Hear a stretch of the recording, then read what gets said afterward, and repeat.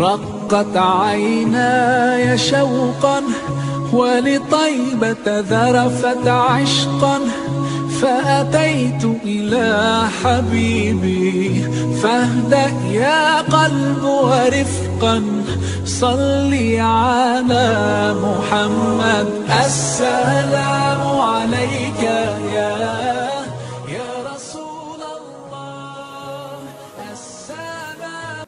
أعوذ بالله من الشيطان الرجيم. بسم الله الرحمن الرحيم. الحمد لله والحمد حقه كما يستحقه حمدا كثيرا، وأعوذ بالله من شر نفسي إن النفس لأمارة بالسوء إلا ما رحم ربي، ثم الصلاة والسلام على أشرف الأنبياء والمرسلين محمد وعلى آله الطيبين الطاهرين وأصحابه الغر الميامين، وبعد. قال رسول الله صلى الله عليه وآله وسلم: كل مولود يولد على الفطرة فأبواه يهودانه أو ينصرانه أو يمجسانه. وفي متن آخر قال رسول الله: كل مولود يولد على الفطرة حتى يكون أبواه يهودانه أو ينصرانه. معنى حديثه ya Mtume sallallahu alayhi wa alihi wasallam ni kwamba kila kiumbe kinachozaliwa au kila binadamu anayezaliwa anazaliwa katika fitra, lakini wazazi wawili humtia katika Uyahudi, manake kinyume na fitra, au yunasiranihi au katika unasara, na matni nyingine ya hadithi au yumajisanihi au katika umajusi. Na majusi ni wale watu walokuwa wakiabudu moto.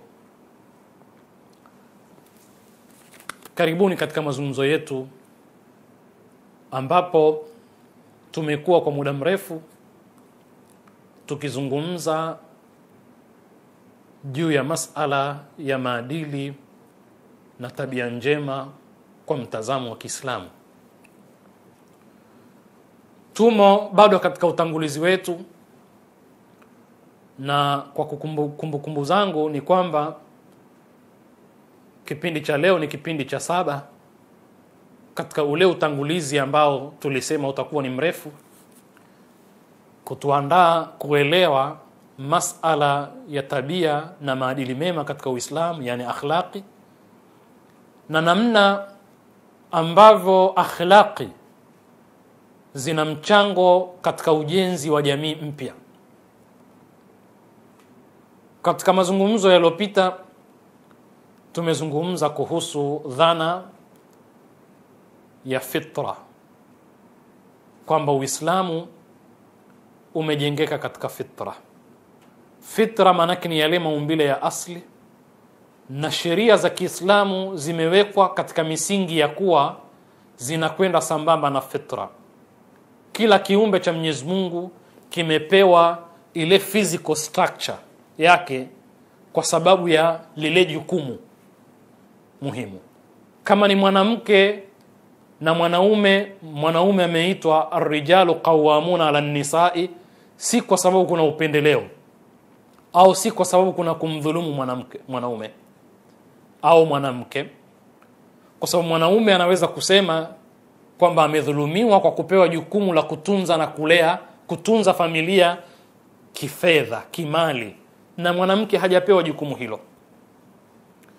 Lakini ni mgawanyo wa majukumu kwa mujibu wa maumbile, kwamba maumbile ya mwanaume yanafanana na kazi aliyopewa, kama ambavyo maumbile ya mwanamke au mke yanafanana na kazi aliyopewa na Mwenyezi Mungu. Na hili linapingwa na watu wa taaluma za kisekula leo hii, na wale mafeminist wanaopigania haki za wanawake, na linatuhusu sana katika masala ya nature na nurture ambayo tutayazungumzia leo hii. Sasa tuna haja ya kuelewa vyema hadithi ya Mtume inayosema kullu mauludin yuladu ala alfitra, kwamba kila kinachozaliwa kinazaliwa katika fitra. Tutalieleza hili taratibu ili tuweze kulielewa sawa sawa. Katika ulimwengu kama tulivyosema wa kisaikolojia na kisosiolojia, kuna mjadala mkubwa ujulikanao kama mjadala wa nature na nurture. Nature maana yake ni nini? Ni ule mjadala kuhusu kwamba tabia za binadamu, akhlaqiyati za binadamu, maadili ya binadamu, behavior za binadamu zinatokana na nini? Je, zinatokana na nature kwa maana ya kwamba asli, maumbile,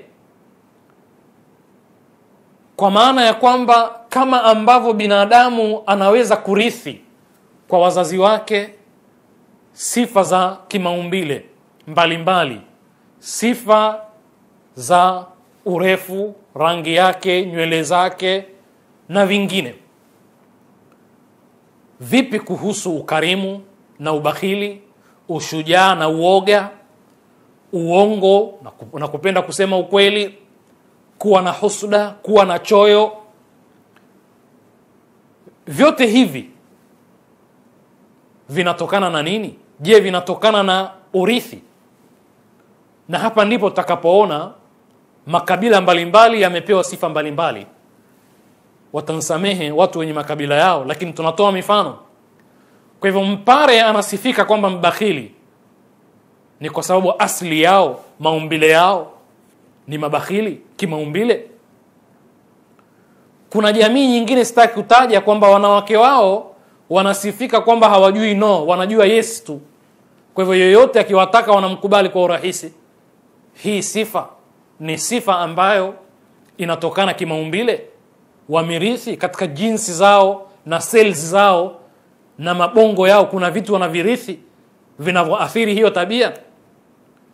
Wanaozungumza kuhusu nature wanasema hivyo, kama ambavyo unarithi tabia au maumbile ya nje na ya ndani vile vile unarithi. Lakini upande wa pili ni wale wanaosema kwamba hapana, binadamu harithi hizo tabia kupitia kwa wazazi wake. Kwa hivyo si tabia zinazotokana na kurithi, bali anazipata kutokana na kitu kinachoitwa socialization. Socialization ina maana kwamba yale mazingira atakayokulia, pale atakapokulia ndipo panapomwandaa aone kwamba hili nzuri au baya, na awe na tabia fulani kwa mujibu wa wale anaowaona. Na ndipo tutakapozungumza role ya familia kama primary agent of socialization. Sasa hawa ni watu wengine na hasa wana sosiolojia, na kuna nadharia mbalimbali zilizokuja kuzungumzia haya. Sasa kwa upande huu wa nature, kuacha nurture, kwa sababu nurture ni mambo ya mazingira, environment, ni mambo ya socialization, maingiliano. Na kuna watu wanaoitwa interactionism theory inayozungumza kuhusu mambo ya maingiliano, namna ambavyo pindi mnapoingiliana kuna kushawishiana kitabia. Ndio panazungumzwa peer groups, panazungumzwa workplaces, panazungumzwa serikali, panazungumzwa familia, kwamba ni agent of socialization kwa sababu tabia tunazipata kule. Lakini lazima tukimaliza hayo mazungumzo tumurike kwamba Uislamu uko wapi katika hayo. Sasa upande wa nature, kuamini kwamba maumbile ikiwemo kurithi na mfano wake yana mchango huo, kama vile Lombros vile vile alivyozungumza, Muitaliano, ambaye ni tabibu na ni mtaalamu wa mambo ya jinai, anazungumza Sayyid Mujtaba Musawi Lari katika moja ya vitabu vyake, amenukuu habari zake kwamba kuna watu ambao ni mujrimuna bil fitra, yani ni waovu kiasli, kimaumbile. Yeye kazaliwa njambazi tu, ana tabia za kijambazi, kazaliwa hivyo. Lombros anasema hivi, na akapata watu wengi muunga mkono. Sasa kuna watu vile vile waliojadili masala ya biology, ambayo itakuwa ni upande wa nature vile vile. Ndio tukasema ile dhana ya biology is destiny. Biology is destiny kwa maana ya kwamba ni determinant, ni kigezo cha tabia za mtu. Maana yake ni nini?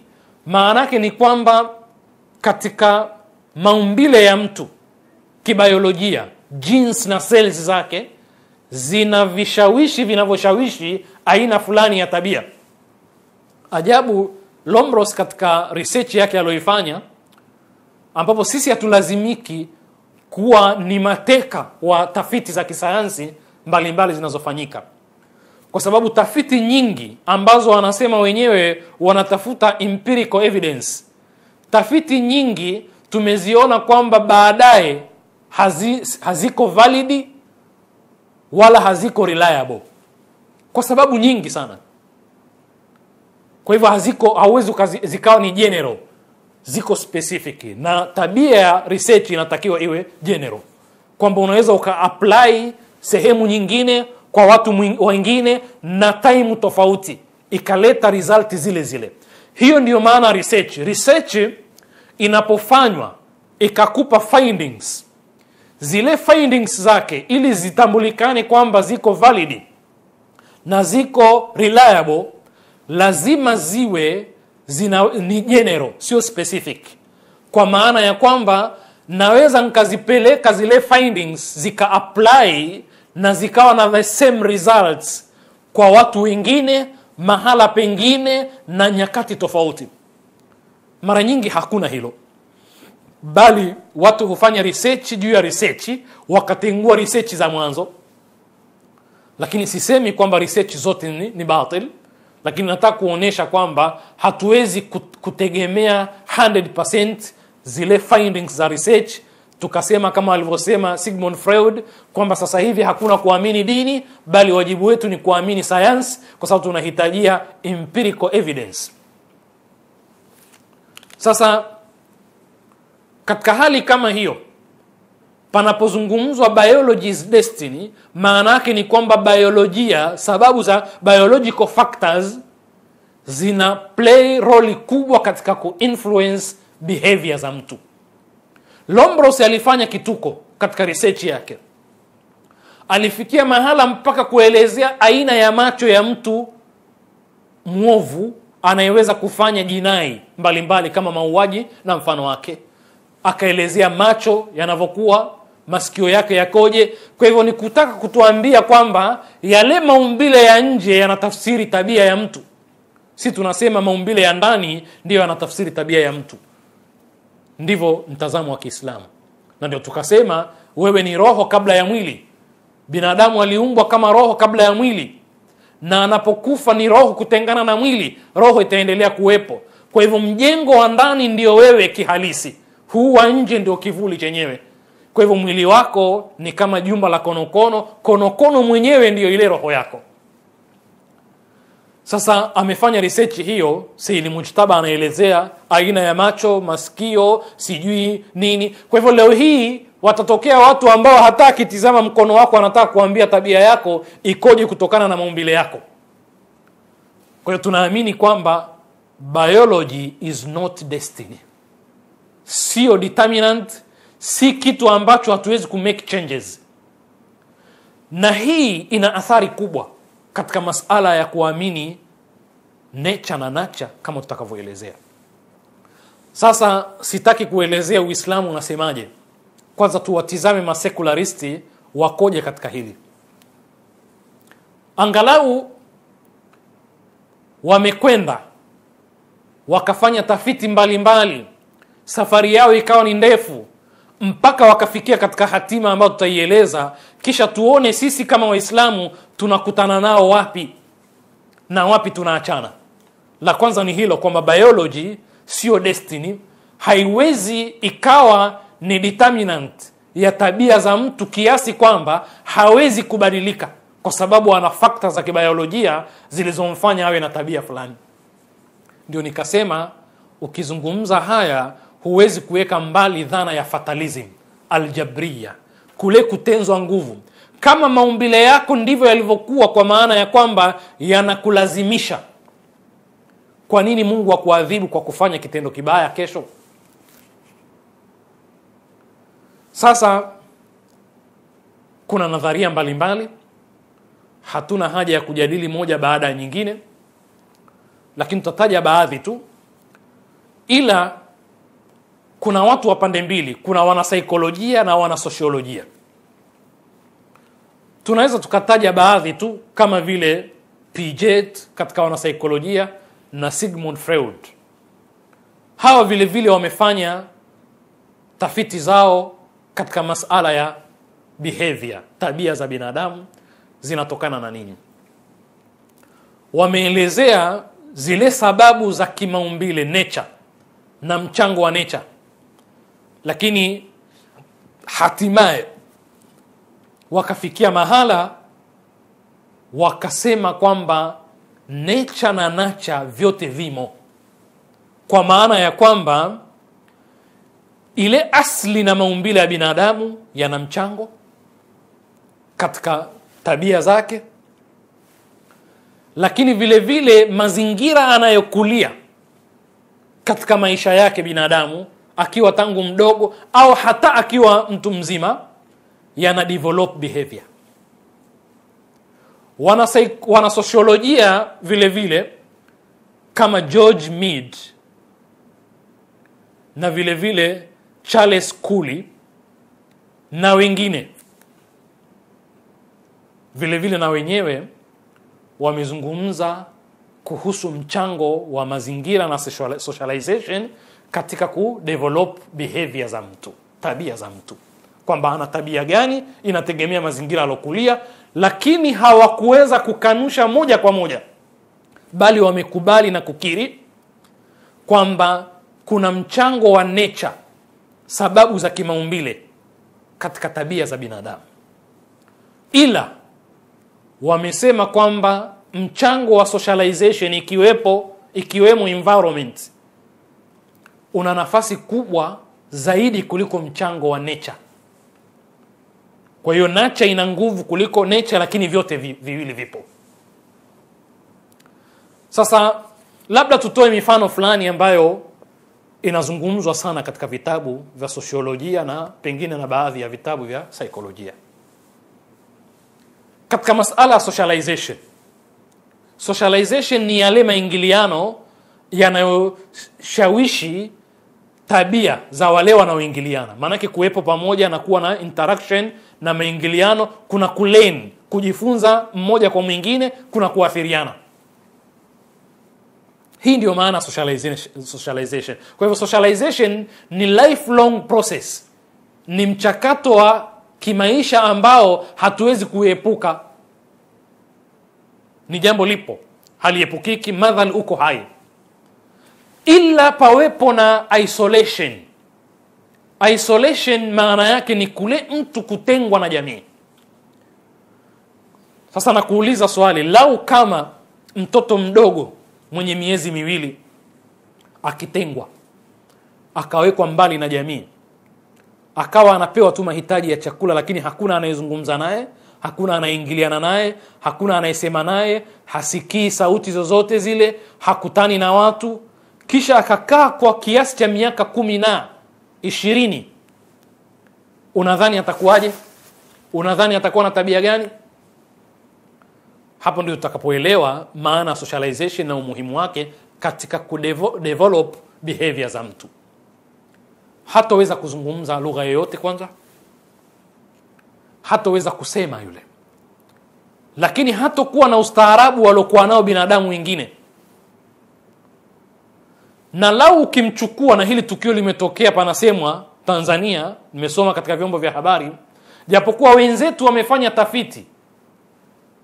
tafiti za matukio manake yametokea bila kupangwa. Kwa mfano moja, katika nchi za Ulaya kuna mwanamke mmoja alikuwa ni tahira, hana akili timamu. Familia yake ikamtenga, ikamzuia, ikamficha, ikawa hakutani na watu ila familia yake. Lakini kwa bahati mbaya, katika maingiliano hayo ambayo ni very limited, pakapatikana watu au mtu wa karibu akamtia ujauzito. Kwa hivyo ikawa ni aibu mara ya pili kwa familia. Ya kwanza wanahisi kwamba wana mtu mlemavu, wakaona ni aibu. Sio aibu hiyo, lakini wakaihisi hivyo. Lakini la pili ni yule mtu wao ambaye hana akili timamu kupata ujauzito akiwa nyumbani. Maamuzi yao yakawa ni kumtenga yeye na mwanawe ndani. Hakuna mtu aliyejua nje kwamba binti yule, mwanamke yule kapata mtoto. Mtoto yule akatengwa, akawa hana mawasiliano ila na mama yake, na anapewa chakula tu na ile familia, na hakuna maingiliano. Alipokuwa mtoto yule, mama akatoroka naye nje ya nyumba. Ndipo sasa wataalamu wa sociology wakaanza kufanya utafiti wao baada ya kuona mtu sampuli ile. Mtoto ni mtu mzima, hawezi kuzungumza sawa sawa kwa sababu ya ulemavu vile vile wa mama yake, anaogopa watu, hana tabia za kibinadamu kwa sababu ya wale waliomzunguka, ile socialization. Sasa ndio nikasema kwamba nimesoma katika vyombo vya habari, mtoto aliyetoweka vile vile akaishi na nyani, kisha akakutikana amekuwa tayari.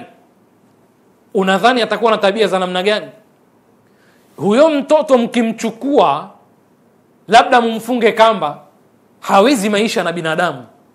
Anaweza kutoroka saa yoyote ile. Mkimwachia mwanya atatoroka. Wapi? Atakwenda kwenye ustaarabu wake. Civilization ya nyani tutajenga kesho. Kwa hivyo ule ustaarabu wa nyani ndio unaomfaa yeye, kwa sababu ndio alokulia. Atakuwa anaogopa watu kama vile nyani wanavyoogopa watu. Atakuwa anakoroma na lugha kama nyani, lakini hatakuwa na language kama ya binadamu. Kwa hivyo binadamu anapata lugha kupitia kwa wazazi. Kama hakuna wanaomzunguka, hana lugha, lakini ana ile kabilia, uwezo wa kudevelop lugha. Lakini kama hana wanaomzunguka wanaoweza kuzungumza akaweza kuadapti, hawezi. Sasa inaonyesha socialization namna gani ina mchango katika kudevelop behavior za mtu. Au namna gani unapokwenda msalani ni kwa sababu umeleleka hivyo tangu ukiwa mdogo, ukiamrishwa na ukiona watu wazima. Maneno unayoyateua na yale unayoona vibaya kuyasema mbele ya watu ni kwa sababu tangu mwanzo ulipoanza kuyasikia, watu walikuwa wakiziba midomo, watu walikuwa wakiangaliana huku na kule wakiona haya, watu walikuwa wakikemeana kwamba usiseme hivyo. Ukadevelop katika hali hiyo, ukajua kwamba hili ni aibu, halisemwi. Kule kuvaa nguo ni kwa sababu umejifunza na mazingira yale ulokulia. Sasa utaona kwamba wanaosema kuhusu socialization hatuna nafasi ya kukataa mchango wa yale maingiliano katika kukupa tabia wewe fulani. Lakini tunachokizungumza hapa ni mchango wa viwili, nurture na nature. Pamefanyika utafiti na panaendelea kufanyika utafiti. Hawa wataalamu wa kisekula wana orodha ya members wao ambao ni mapacha duniani takriban 3,000. Watu mapacha kiasi 3,000 wanawafanyia utafiti. Na kwa sababu masala ya research, observational research, kupima na kuzifanyia tafiti tabia yanahitajia muda sana, pengine miaka. Na hivyo hata kwa wanyama, manake tafiti mbalimbali zinafanyika kuhusu tabia za wanyama. Tabia za wanyama huwezi ukazijua siku moja mbili, hata za binadamu. Wanaekewa wanyama alama fulani fulani, movement zao zinakuwa controlled, zinaonekana, zinakuwa monitored. zinakuwa evaluated, wanajaribu kusoma kwa kipindi kirefu familia ya tembo inatengenezwa vipi, wana tabia gani, uongozi wao ukoje. Mambo haya yapo. Qur'ani haikuwa ya kwanza kuzungumza kwamba wale ni umamun amthalukum, ni umma kama nyie, mfano wenu, wana jamii, wana socialization na wao. Sasa kufanya utafiti katika masala ya behavior, tabia, yanahitajia kipindi kirefu. Kwa hivyo hawa wana members zaidi ya 1300 duniani ambao ni mapacha, wanawafanyia tafiti kwa sababu wamezaliwa mapacha. Je, wana similarities gani? Wana mambo gani wanaofanana, wanaoshabihiana kitabia? Lakini wana mambo gani ambayo wanatofautiana kitabia? Sasa namna nzuri ya kufanya utafiti ni kuwachukua mapacha wawili tangu wadogo, mkawalea mbalimbali mpaka wakawa watu wazima. Kisha baada ya kuwalea mbalimbali, mkatizama kwamba huyu aliyekulia Marekani na huyu aliyekulia Tanzania na watu wa Tanzania anaoishi nao wamemfanya vipi awe na tabia hiyo alokuwa nayo, na wale wa Marekani anaoishi nao na yale mazingira wamedevelop tabia gani kwake. Kisha kuna tabia gani ambazo zimebaki kwa wawili wale, ziko vile vile, nazo zinatokana na nature yao, asili yao. Hata kama wakichanganyikana na watu wengine zitakwepo tu hizo tabia. Hapa ili wajue degree, extent ya nature na nurture katika kuinfluence behavior za mtu, kwamba ile nature inaathiri kwa kiasi gani na ile nurture inaathiri kwa kiasi gani. Tukiwaona totally wako tofauti, tutasema kwamba mazingira na socialization ndio ina develop tabia za mtu. Lakini tukiwaona kwamba pamoja na kuishi mbalimbali, lakini wako vile vile, wachoyo wote au wakarimu wote, waoga wote au mashujaa wote na mfano wake, tutasema kwamba hizi tabia ni asli. Nadhani tumeelewana vizuri. Na tutauliza swali, je, huyo mpare unayesema ni bakhili, kwamba wapare mabakhili, ni mabakhili kwa sababu walipozaliwa waliishi katika mazingira ya wazazi mabakhili? Ikiwa kweli mabakhili, wallahu aalam, au asli yao kutoka kwa huyo babu yao wa kwanza alikuwa hivyo, kwa hivyo inahama tabia hiyo kizazi hadi kizazi. Sasa katika tafiti zile waligundua tofauti nyingi baina ya wale mapacha, na vile vile waligundua baadhi ya mambo ya wanaofanana, na walikuwa wakitizama mpaka vitu vidogo kabisa. Kwa mfano, kutizama kwamba je, wakienda msalani wanafanya nini. Wakagundua kwamba wanatabia wote wawili kwamba kabla ya kujisaidia lazima waflashi yale maji, hata kama maji ni masafi, hachongi safi, wanatabia wanaflashi kwanza. Je, wanavutiwa na vinywaji gani? Je, ni wanasiasa si wanasiasa, ni wafanyabiashara si wafanyabiashara, wanapenda uhusiano na aina ya wanawake wa namna gani? Palifanyika hata kuona kwamba uadui wao na mapenzi yao kwa Mayahudi. Mmoja alileleka katika mazingira ya nchi ambayo ilikuwa ikitangaza na kufanya kampeni dhidi ya Mayahudi, na mwingine alileleka bali aliingia katika jeshi la kutetea na kupigania haki za Mayahudi. Ilionekana tofauti za socialization hapa, kwamba mmoja alikuwa anapenda Mayahudi na Uyahudi na wenyewe walikuwa Mayahudi, mwingine alichukia tabia za Kiyahudi kwa sababu ya maisha aloishi na jamii alokulia. Sasa hiyo inaonyesha socialization ina mchango gani. Lakini pia walipata baadhi ya mambo ambayo walifanana. Sasa mtu anaweza akawa na haya pengine kwa sababu ya maumbile ya wazazi wake, ni watu wenye haya na aibu, akawa hawezi kumtizama mtu usoni mara mbili. Mtu anaweza akawa na tamaa kwa sababu ni jambo liko kwa wazazi wake, au anaweza akawa na tamaa kwa sababu kalelewa katika jamii ambayo watu wana tamaa kubwa na pupa katika mambo ya kimaisha. Kwa hivyo akaona kwamba ni kuchelewa sana kama na yeye hatakuwa na tabia hizo. Kwa hivyo akalazimika na yeye vile vile awe na tabia za sampuli hiyo. Sasa katika hali kama hiyo, conclusion ikawa nini? Kwamba hatuwezi kureject totally mchango wa nature katika tabia za mtu, lakini vile vile suala la socialization lina nafasi kubwa zaidi na linaweza overshade nature na kumbadilisha mtu. Hapa katika haya maneno kuna umuhimu sana katika hadithi ya Mtume sallallahu alaihi wa ali.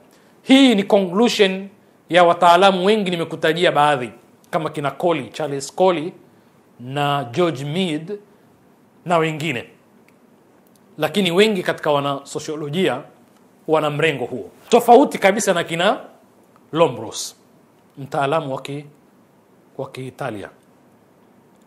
Sasa katika socialization ambayo tutaizungumza sasa, ina mchango gani na inafanyaje kazi, lakini kabla hatujaizungumza turejee katika hadithi ya Mtume au hadithi za Mtume mbalimbali kudokeza.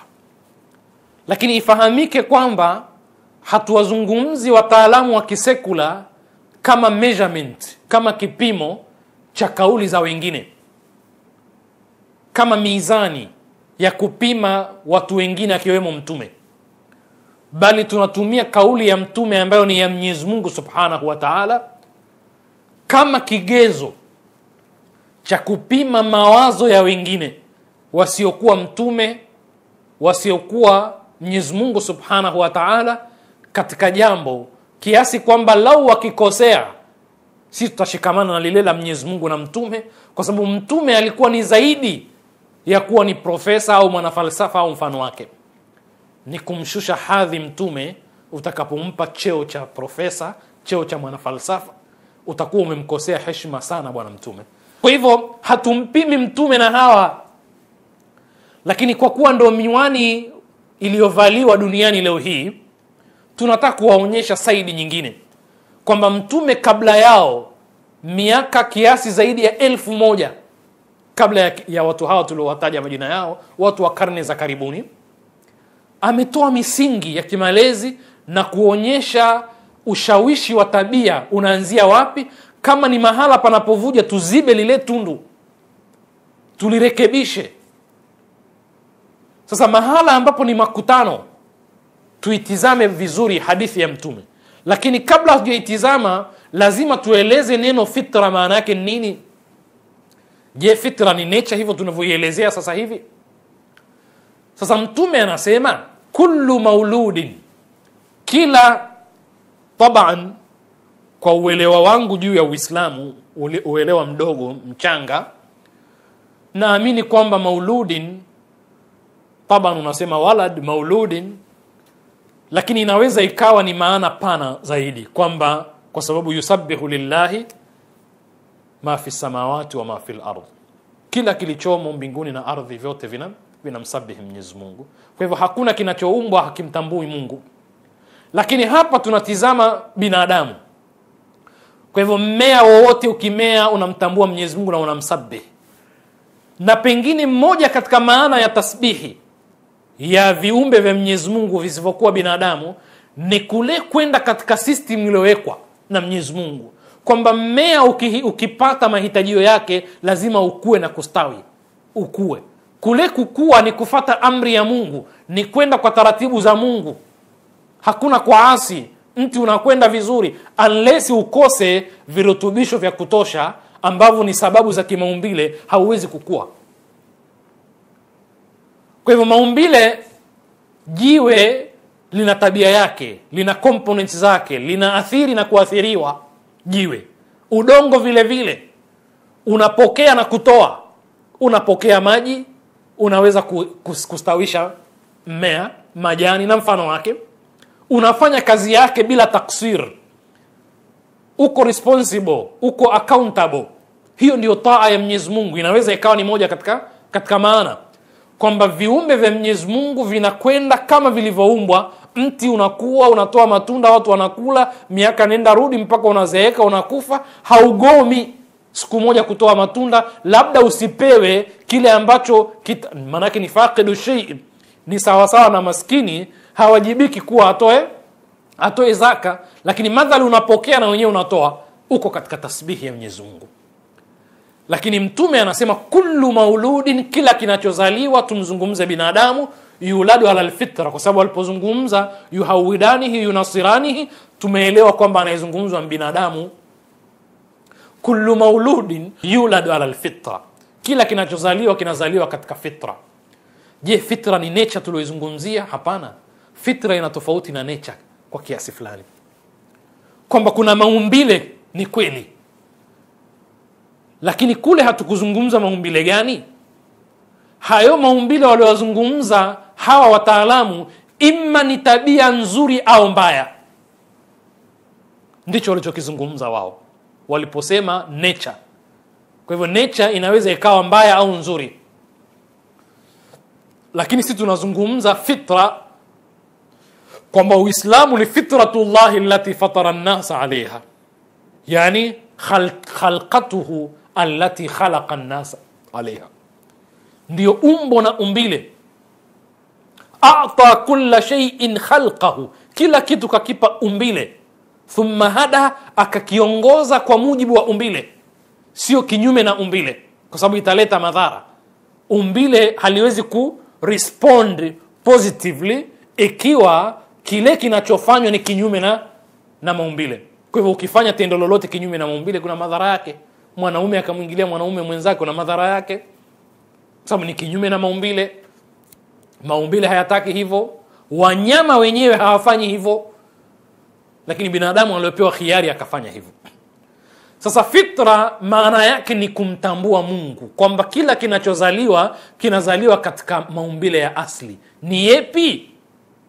Kule nature inaweza ikawa ni tabia nzuri au mbaya, ubakhili au utajiri au ukarimu na mfano wake. Lakini sisi tunapozungumza fitra tunazungumza tabia ya kumtambua Mungu, na kumtambua Mungu si kusema tu yupo, bali kuna shawishi. Sasa tabia kumtambua Mungu ni kutambua kiyama, ni kutambua kurejeshwa kwake, kwamba umetoka kwake unarejea kwake. Inna lillahi wa inna ilayhi rajiun, tumetoka kwake, ndio umemtambua kwamba umetoka kwake na utarejea kwake. Sasa hilo la kumtambua lina influence behavior. Sasa kila kinachozaliwa kilimtambua kwa sababu ile roho ilikuwepo. Wa idh akhadha rabbuka min bani adama min dhuhurihim dhurriyyatahum wa ashhadahum ala anfusihim alastu bi rabbikum qalu bala ataqulu yawm alqiyamati inna kunna an hadha ghafilin, kwamba hao binadamu katika ulimwengu wa kiroho walichukua ahadi kwa Mwenyezi Mungu Subhanahu wa Ta'ala. Napendelea katika mazungumzo yetu ya leo tukomee hapa, kwa matarajio insha Allah ya kuanza hapa tulipokomea katika kipindi chetu kijacho. Nas'alullah al-auna wat-tawfiq lima yuhibbuhu wa yardah, innahu waliyyu at-tawfiq wa bihi nasta'in. والحمد لله رب العالمين. اللهم صل على ولطيبة ذرفت عشقا فأتيت إلى حبيبي فاهدأ يا قلب ورفقا صلي على محمد السلام عليك يا الله عليه وسلم. أشرق البدر علينا فاختفت منه البدور. أشرق البدر علينا فاختفت منه البدور. أعوذ بالله من الشيطان الرجيم. بسم الله الرحمن الرحيم. الحمد لله والحمد حقه كما يستحقه حمدا كثيرا، والصلاة والسلام على أشرف الأنبياء والمرسلين محمد وعلى آله الطيبين الطاهرين وأصحابه الغر الميامين، وبعد. يقول الحق سبحانه وتعالى في محكم كتابه المجيد: أعوذ بالله من الشيطان الرجيم وإنك لعلى خلق عظيم. وقال رسولنا الكريم صلى الله عليه وآله وسلم كل مولود يولد على الفطرة حتى يكون أبواه يهودانه أو ينصرانه. وفي متن آخر كل مولود يولد على الفطرة فأبواه يهودانه أو ينصرانه أو يمجسانه. صدق الله العلي العظيم وصدق رسولنا الكريم صلى الله عليه وآله وسلم. والسلام عليكم ورحمة الله وبركاته. tunamshukuru Mwenyezi Mungu Subhanahu wa Ta'ala, vile vile na kumtakia rehma na amani bwana wetu mtukufu mtume sallallahu alayhi wa alihi wasallam. Tumo katika mfululizo wa mazungumzo yetu kuhusu masala ya tabia na maadili mema au maadili na tabia njema katika Uislamu. Maadili na tabia njema katika Uislamu tunaita ni akhlaqu za Kiislamu, ni adabiyat, ni ethics za Kiislamu, na ni alqiyam wal mabadi ya Kiislamu. Kipindi chetu cha leo ni muendelezo wa utangulizi wetu katika masala ya kiakhlaq. Mazungumzo yetu ya mara ya mwisho yalikuwa juu ya nature na nurture, mjadala uliokuwepo baina ya wataalamu mbalimbali wa kisekula. Tumeeleza kwa kirefu juu ya misingi ya fikra zao, na tukamalizia kwa kuona kwamba wataalamu mbalimbali na baadhi yao tuliwataja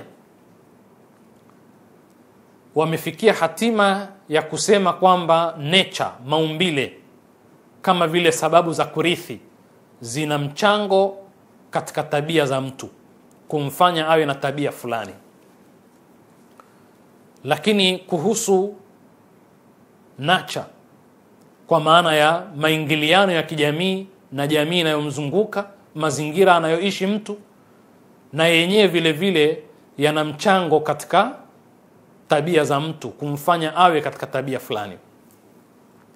Lakini conclusion ilikuwa kwamba sababu za kijamii na maingiliano, socialization, kuathiriana kitabia, zina nafasi kubwa sana kuliko sababu za kimaumbile. Na hapa ndipo tulipozungumza vile vile dhana ya biology's destiny.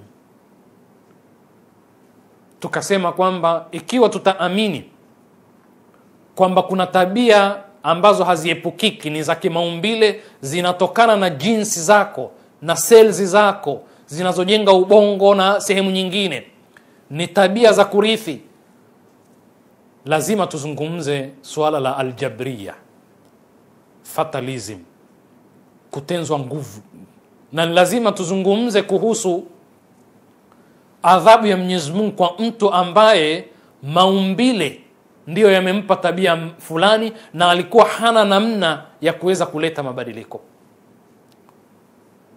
Haya tuliyadokeza katika mazungumzo yetu yaliyopita.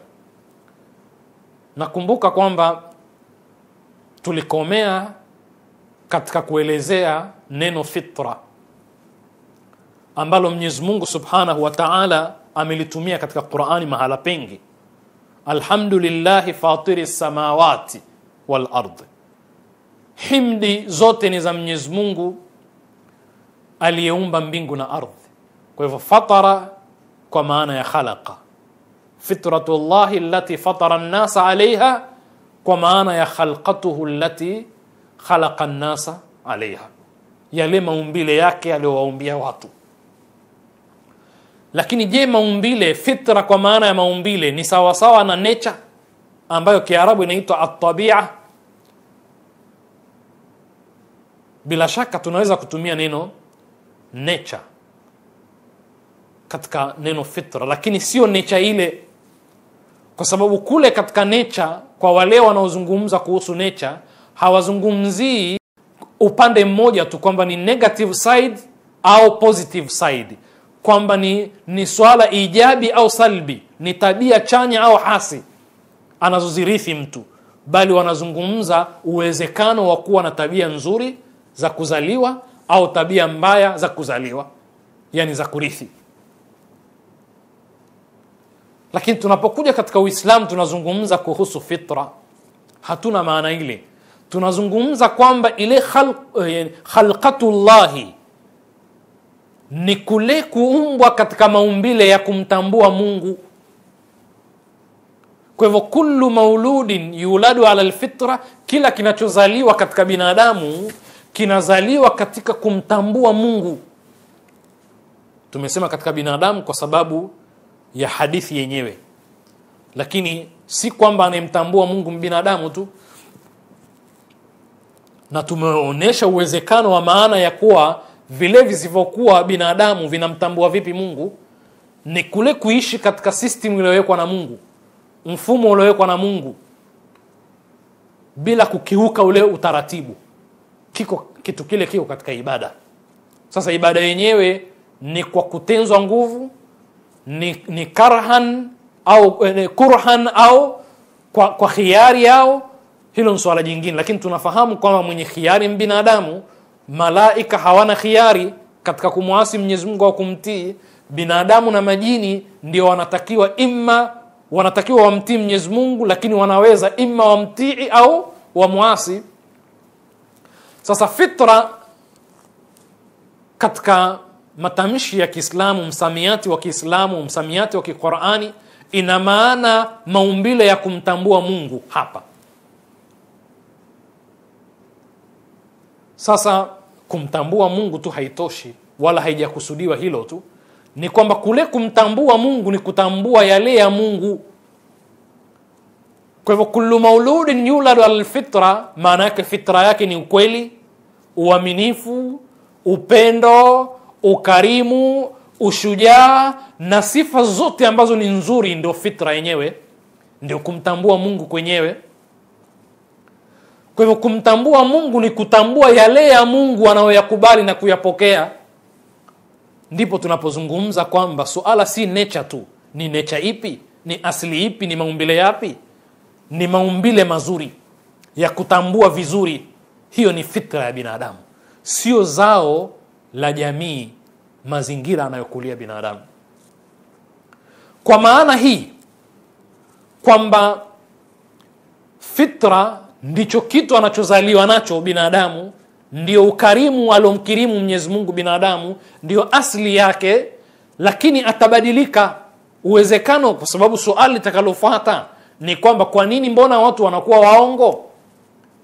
Hiyo ni kuamini kwamba uwezekano wa kubadilika upo.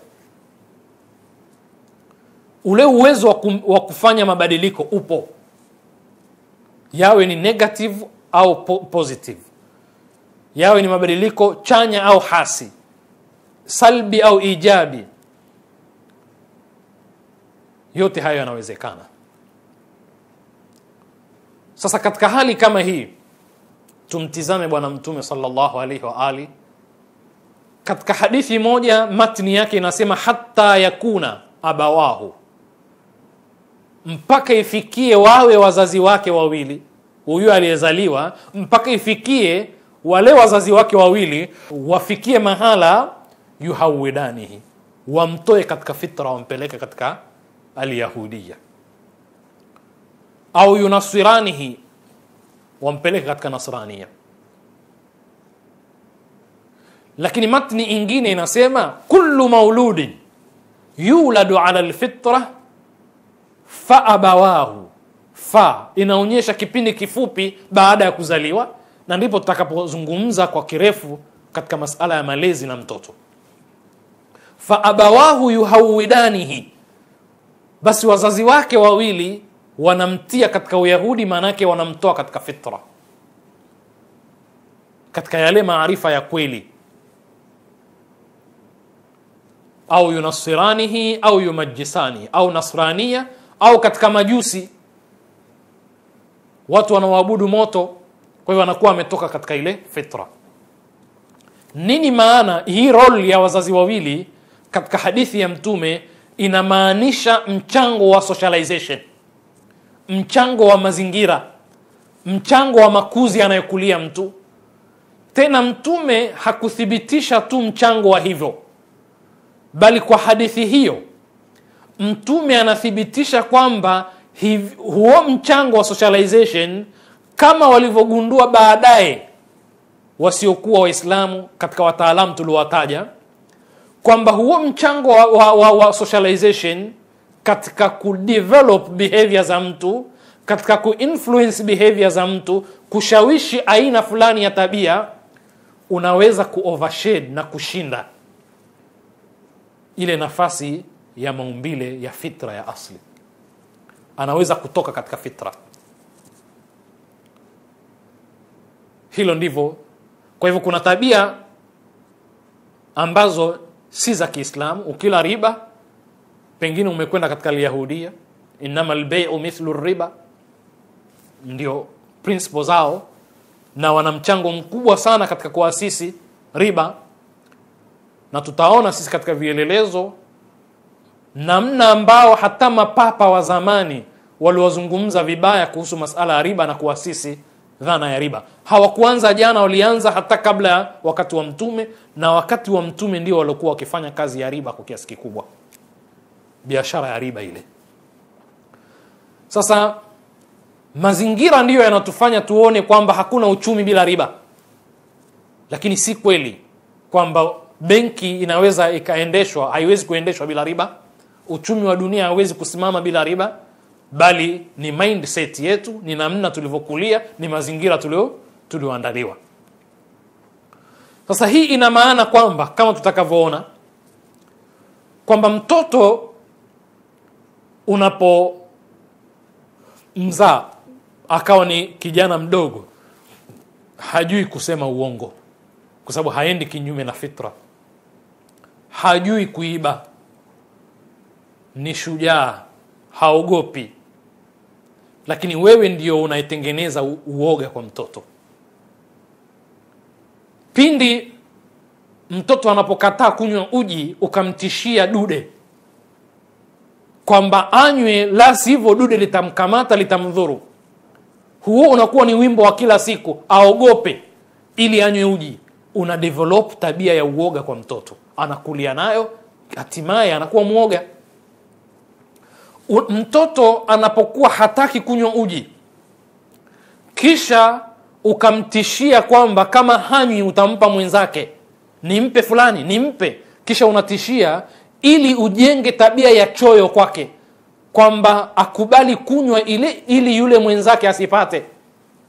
Kwa hivyo hata kama hapendi kunywa uji, lakini anywe tu kwa sababu asipokunywa mwenzake atakunywa. Hayo mazingira umeyatengeneza wewe.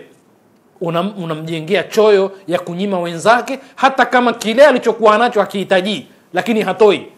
Kwa hivyo usishangae akiwa mtu mzima ana nguo za ziada, lakini hatoi nguo yake hata asioivaa. Hata ile ya zamani hayuko tayari kutoa, anaitoa kwenye sanduku, anaitizama, anairudishia. Na kuna watu hawana nguo, lakini yeye haitumii na pia kuitoa hataki, kwa sababu anaona akimpa mwenzake atapendeza sana. Haya hayakuanza ukubwani, yanaanza kule tangu malezi. Vile vile wewe ndio unayemwambia, akamwambia yule anayegonga mlango kwamba baba hayupo, ili hali anakuona upo. Kwa hivyo unamfundisha kusema uongo. Sasa katika hali kama hizo, sisi kama Waislamu tunakubali kwa mujibu wa hadithi ya Mtume mchango wa mazingira katika kujenga tabia nzuri au mbaya. Lakini tunatofautiana na wenzetu katika suala la nature, kwamba nature wanaoizungumzia sio fitra tunaoizungumzia sisi. Nature wanaoizungumzia ni maumbile ya kurithi ambayo maumbile yale yanaweza kuwa ni mabaya au mazuri. Si tunazungumzia fitra kwa maana ya msukumo wa Mungu unaomuelekeza katika mazuri kimaumbile, na ni ilhamu ya Mwenyezi Mungu, ni ule muongozo usioonekana wa siri. Wa nafsin wama sawaha faalhamaha fujuraha wa taqwaha. Kwa hivyo kaipa nafsi Mwenyezi Mungu ilhamu, utambuzi wa kujua mema yake na maovu yake. Ni aya ya Qur'ani. Kwa hivyo kutambua mema na maovu, kujua ukweli na uongo, kujua ushujaa au kupenda ushujaa na kuchukia uoga, ni sifa ya kimaumbile, ni fitra ambayo Mwenyezi Mungu alhama al-insana ma'rifataha fahmaha. Tumepewa ilhamu, ufunuo, muongozo na Mungu kwa namna ya kighaib kufahamu jema na ovu. Na ndiyo maana kwamba mtu ambaye hajafikiwa na mtume, hajapata kitabu wala mjumbe wa Mwenyezi Mungu, nabii wala mtume wala rajulun risaliyu, mtu yoyote tu muballigh, mtu huyo ataulizwa kwa akili yake. Ndio masahaba wengine wakiulizwa, bwana unakwenda na kutuma huko unapokwenda, mtume akiwauliza, ukipatwa na jambo fulani utafanyaje? Anasema nitaangalia kitabu cha Mungu kinasemaje. Haya basi, kwenye kitabu hakuna, utafanya nini? Sahaba anasema nitatizama kauli ya mtume inasemaje. Hukupata kauli ya mtume utafanyaje? Ajitahidu, nitafanya ijtihadi kwa kutumia akili yangu nilopewa na Mwenyezi Mungu. Na tutaona roli ya akili vile vile. Kwa hivyo mtume anamwambia nenda sawa sawa, kwa sababu akili imepewa ilhamu ya kufahamu mema na maovu. Hivi ndivyo Qur'ani na hadithi zinavyofundisha. Katika hadithi nyingine inayozungumza suala kama hilo, tutaisoma kipande tu katika Biharul Anwari juzuu ya 2, inasema wa innama qalbul hadathi kal ardhil khaliyah ma ulqiya fiha min shay'in qabilathu. Hakika ule moyo wa kijana mdogo, mtoto mdogo anayekulia, ni sawa sawa na ardhi tupu. Chochote kile kitakachotupwa katika ardhi hii, ardhi itakipokea. Ukipanda mahindi yatakuwa, ukipanda pengine mpunga utakuwa, maharagwe yatakuwa. Kile utakachokipanda ni wewe mkulima uamue, ufuta utamea, mboga zitamea. Kwa hivyo mtoto anapokuwa mdogo ni sawa sawa na shamba ambalo likiwekwa mbegu, likapandwa mbegu yoyote au likapandikizwa mche wowote, ardhi ile inaweza kupokea. Ikiwa sawa sawa umepanda bangi itastawi, au ukipanda mchicha vile vile utastawi. Sasa inategemea wewe unapanda nini. Inategemea mzazi anaandaa nini kwa mtoto, anapandikiza au anapanda nini. Lakini chochote atakachokipanda kitamea, kitastawi. Hadithi hii inaonyesha vile vile socialization ina nafasi gani kama wataalamu walivyozungumza. Sasa tukirejea kwa hawa, kuna learning theory ambayo ina nguvu zaidi kuliko theory nyingine kama vile interactionism. Interactionism ni theory, ni nadharia inayoamini kwamba yale maingiliano kuna kushawishiana kitabia. Na ni kweli, hatuwezi kukataa nadharia hii, lakini nadharia hii ni pungufu, kwa sababu maingiliano yanapoathiri kuna kulearn, kuna kusoma, yani kila mmoja anajifunza kwa mwenzake. Kwa hivyo hatukomei katika maingiliano tu, tunakwenda mpaka katika kujifunza kwa baadhi yetu na baadhi. Kwa hivyo kuna wakati nafikia unakwepo katika eneo kama ni chuoni au shule, unaathirika na tabia za wenzako na wenzako wanaathirika na tabia yako. Kwa hivyo katika hali kama hii, learning theory ina nafasi kubwa sana katika masala socialization. Sasa katika hawa wataalamu mbalimbali wameelezea wengine namna gani mtoto anaathirika kitabia. Tunafahamu sisi watu kama kina PJ walivyozungumza, kukua kwa mtoto kiubongo katika stage zake 4, cognitive development theory, kukua kwa ubongo wa binadamu mtoto akaugawa katika hatua 4. Binadamu anakuaje kiakili mpaka anafikia sasa anaweza kuchanganua mawazo mazito.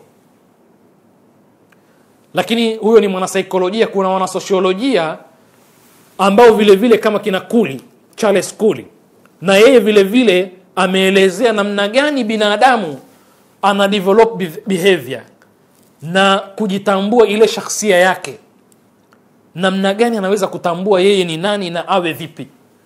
Kioo chake huwa ni jamii. Kioo chake huwa ni jamii.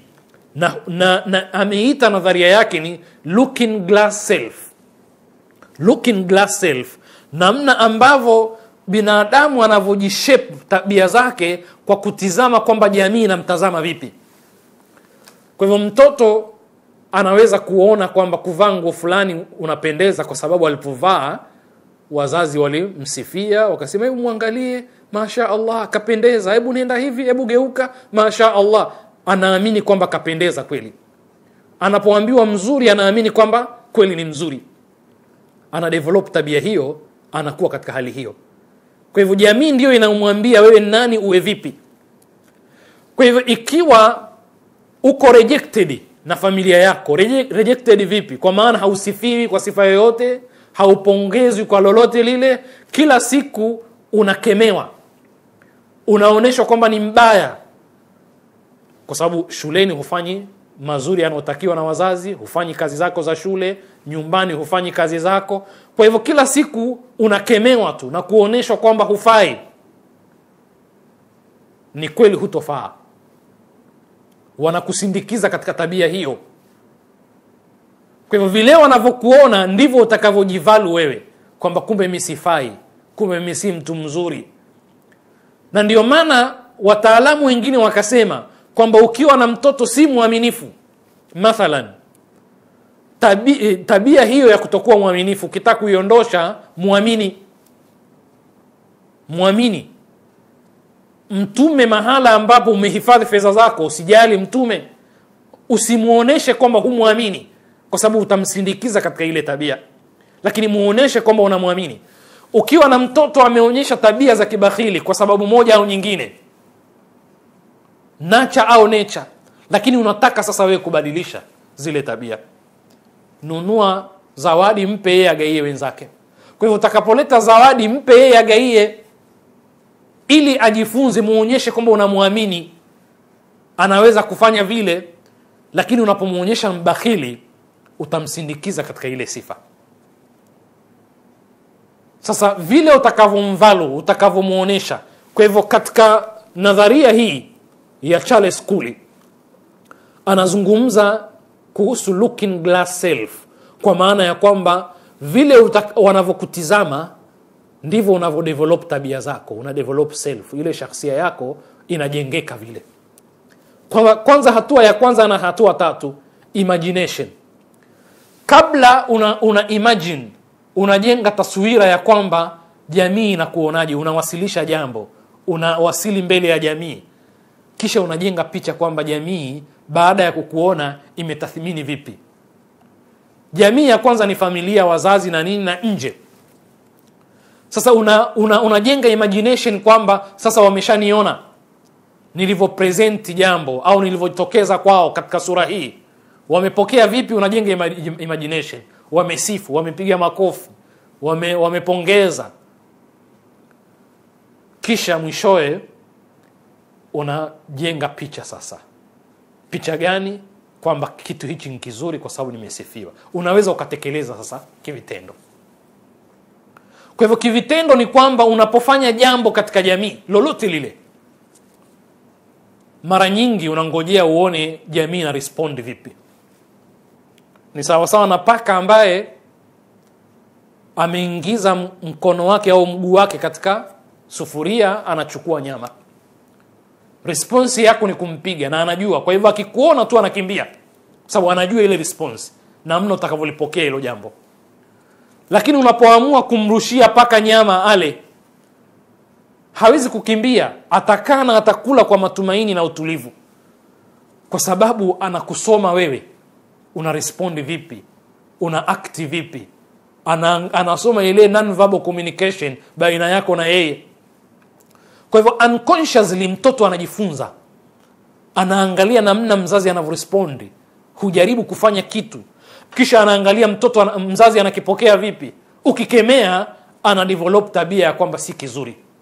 Ukimwachia, ana develop tabia kwamba kinaruhusiwa, hakina neno. Si lazima useme, anasoma kutokana na non-verbal communication. Ukionyesha kawaida, yeye analiona kumbe ni la kawaida. Ukikemea, anaona kwamba kumbe si zuri.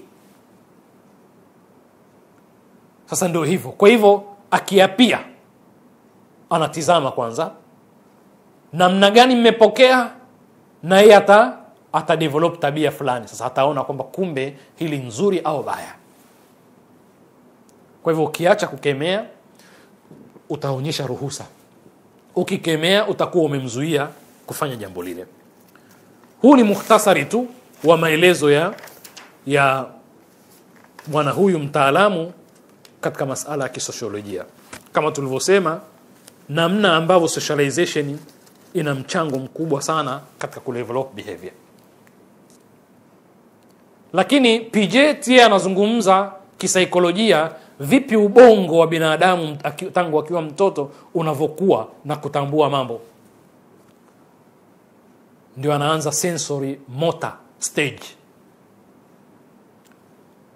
Zile sensi zake, mikono, macho, masikio, kinywa au ulimi, anajaribu kutikisa miguu, mikono, anajaribu kushika kitu, anagundua kwamba mkono ni sehemu katika yeye. Sasa kutokana na hivyo, anakwenda taratibu mpaka ana stage ya 4 ambayo anaweza kuchambua mawazo mbalimbali na kuyaelewa.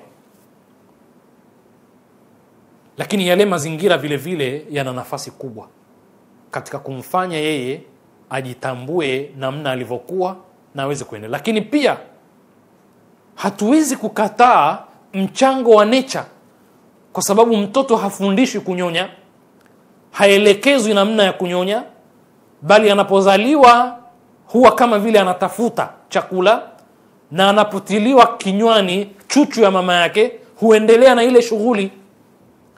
Hakuna aliyemfundisha shughuli ile, tabia ile ya kunyonya, na huvutika na kile chakula na akapewa maumbile ya kwamba hakinai. Anaweza akakataa vyakula vingine, lakini chakula kile kile kunyonya, lakini hakinai. Mwaka mzima ananyonya tu.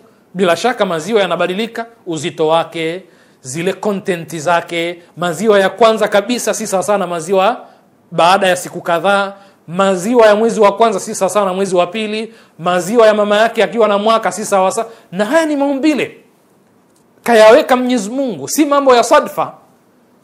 Lakini mtoto ataendelea tu kunyonya, na ushauri ni kwamba miezi 6 asinywe maji, asile chochote, anywe maziwa tu, kwa sababu yatajenga zile kinga zake zaidi na ule uimara wa afya yake, kwa sababu yana virutubisho vyote wewe unahitajia siku. Ule vyakula vya ngano, ule vyakula vya mchicha, ule sijui vyakula gani, lakini mtoto anavipata vyote kupitia maziwa anaojifunza kunyonya naturally. Bali yule mzazi anayekula vitu ndivyo vinapita katika mwili wake, na mtoto naye anagaiwa vile virutubisho, lakini vinakuja katika sura ambayo ni product mpya tofauti kabisa. Sasa hatuwezi kuignore mchango wa nature katika masala ya hata ile cognitive development theory, kukua katika nadharia ya Piaget ya kukua kwa ubongo wa mtoto. Kwa hivyo atakuwa kwa kutumia kwanza hisia za viungo vyake, lakini behavior hata kwa wanyama. Manake tafiti mbalimbali zinafanyika kuhusu tabia za wanyama. Tabia za wanyama huwezi ukazijua siku moja mbili, hata za binadamu. Wanaekewa wanyama alama fulani fulani, movement zao zinakuwa controlled, zinaonekana, zinakuwa monitored, zinakuwa evaluated. Wanajaribu kusoma kwa kipindi kirefu familia ya tembo inatengenezwa vipi, wana tabia gani, uongozi wao ukoje. Mambo haya yapo. Qur'ani haikuwa ya kwanza kuzungumza kwamba wale ni umamun amthalukum, ni umma kama nyie, mfano wenu, wana jamii, wana socialization na wao. Sasa kufanya utafiti katika masala ya behavior, tabia, yanahitajia kipindi kirefu. Kwa hivyo hawa wana members zaidi ya 1300 duniani ambao ni mapacha wanaofanyia tafiti, kwa sababu wamezaliwa mapacha. Je, wana similarities gani? Wana mambo gani wanaofanana, wanaoshabihiana kitabia? Lakini wana mambo gani ambayo wanatofautiana kitabia? Sasa namna nzuri ya kufanya utafiti ni kuwachukua mapacha wawili tangu wadogo, mkawalea mbalimbali mpaka wakawa watu wazima. Kisha baada ya kuwalea mbalimbali, mkatizama kwamba huyu aliyekulia Marekani na huyu aliyekulia Tanzania na watu wa Tanzania anaoishi nao wamemfanya vipi awe na tabia hiyo alokuwa nayo, na wale wa Marekani anaoishi nao na yale mazingira wamedevelop tabia gani kwake.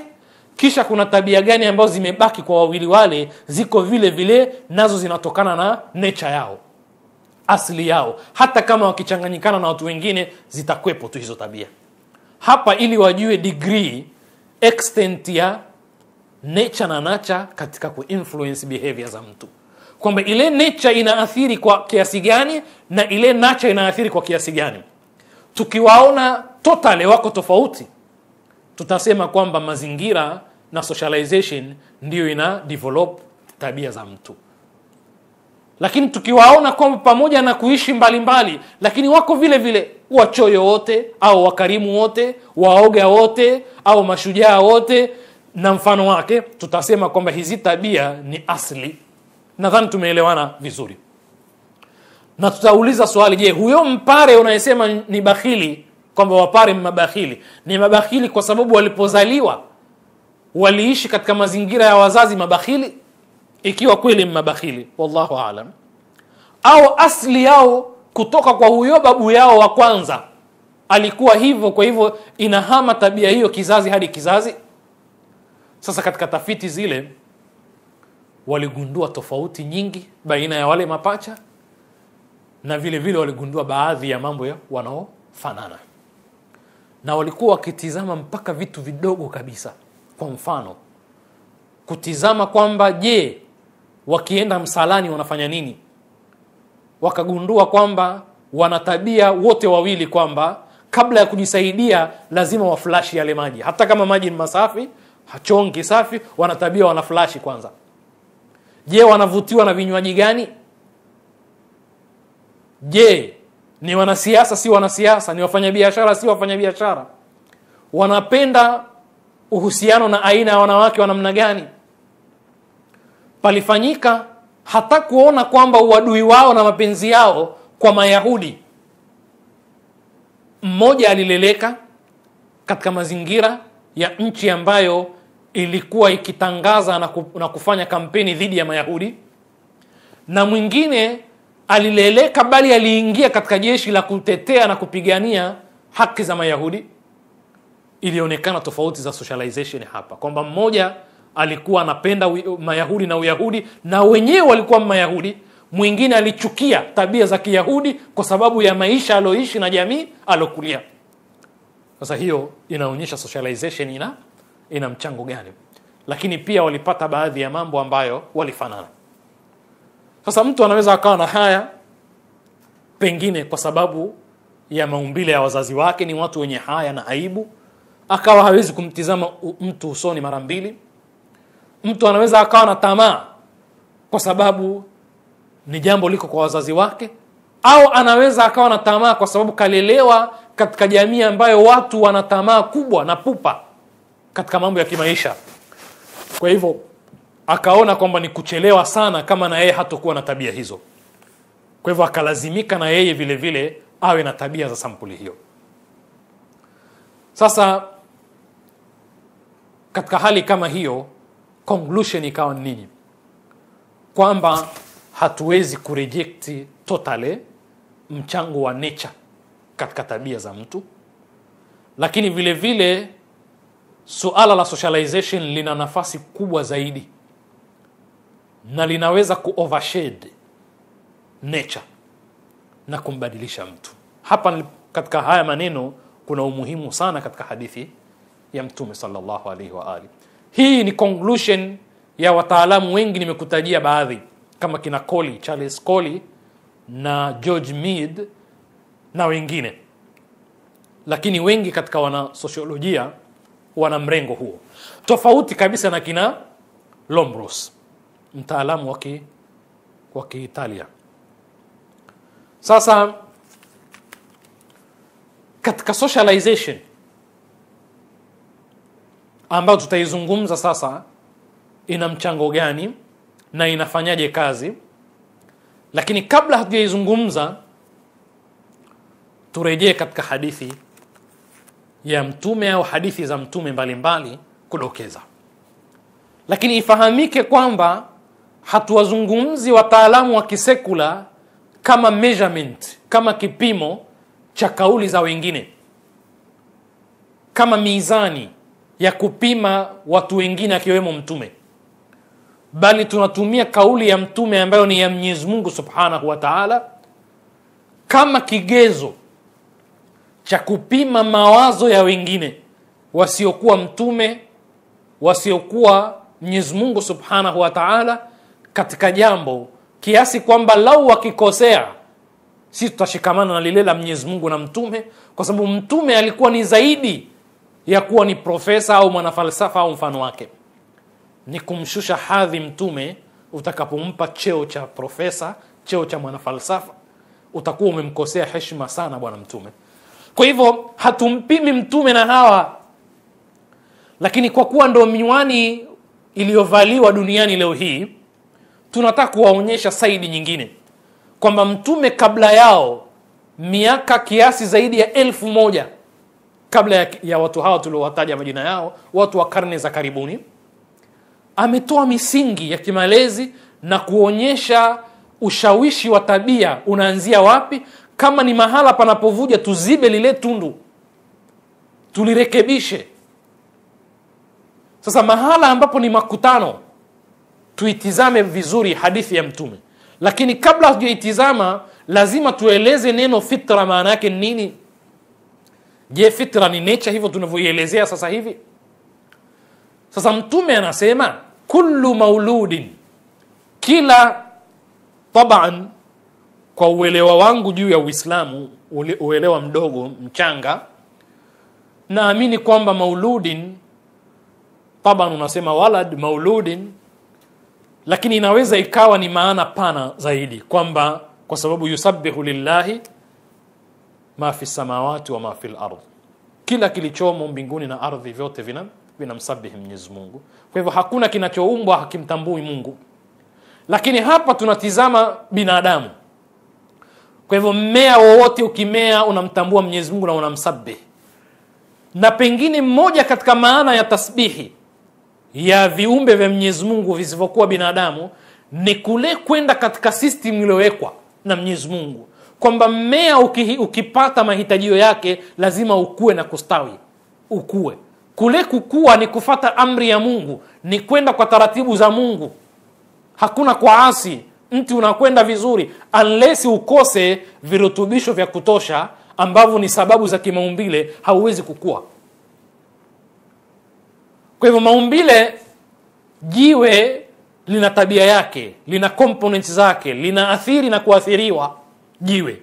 Udongo vile vile unapokea na kutoa, unapokea maji, unaweza kustawisha mmea, majani na mfano wake.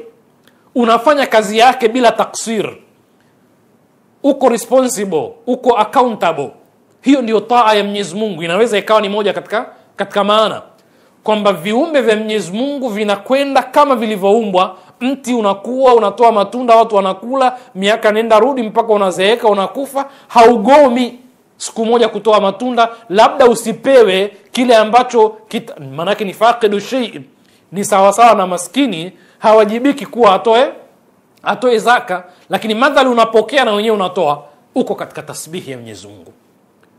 Lakini mtume anasema kullu mauludin, kila kinachozaliwa, tumzungumze binadamu, yuladu ala alfitra, kwa sababu alipozungumza yuhawidanihi yunasiranihi tumeelewa kwamba anayezungumzwa binadamu. Kullu mauludin yuladu ala alfitra, kila kinachozaliwa kinazaliwa katika fitra. Je, fitra ni nature tulioizungumzia? Hapana. Fitra ina tofauti na nature kwa kiasi fulani, kwamba kuna maumbile ni kweli, lakini kule hatukuzungumza maumbile gani. Hayo maumbile waliozungumza hawa wataalamu imma ni tabia nzuri au mbaya, ndicho walichokizungumza wao waliposema nature. Kwa hivyo nature inaweza ikawa mbaya au nzuri,